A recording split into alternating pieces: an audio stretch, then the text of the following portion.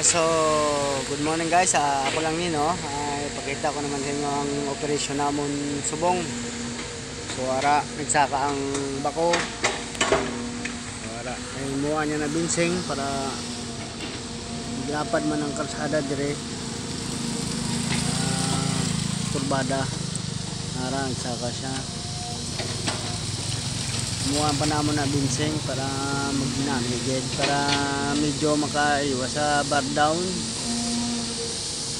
So ara subong ang dalan medyo lutak jud kay ulan-ulan abi.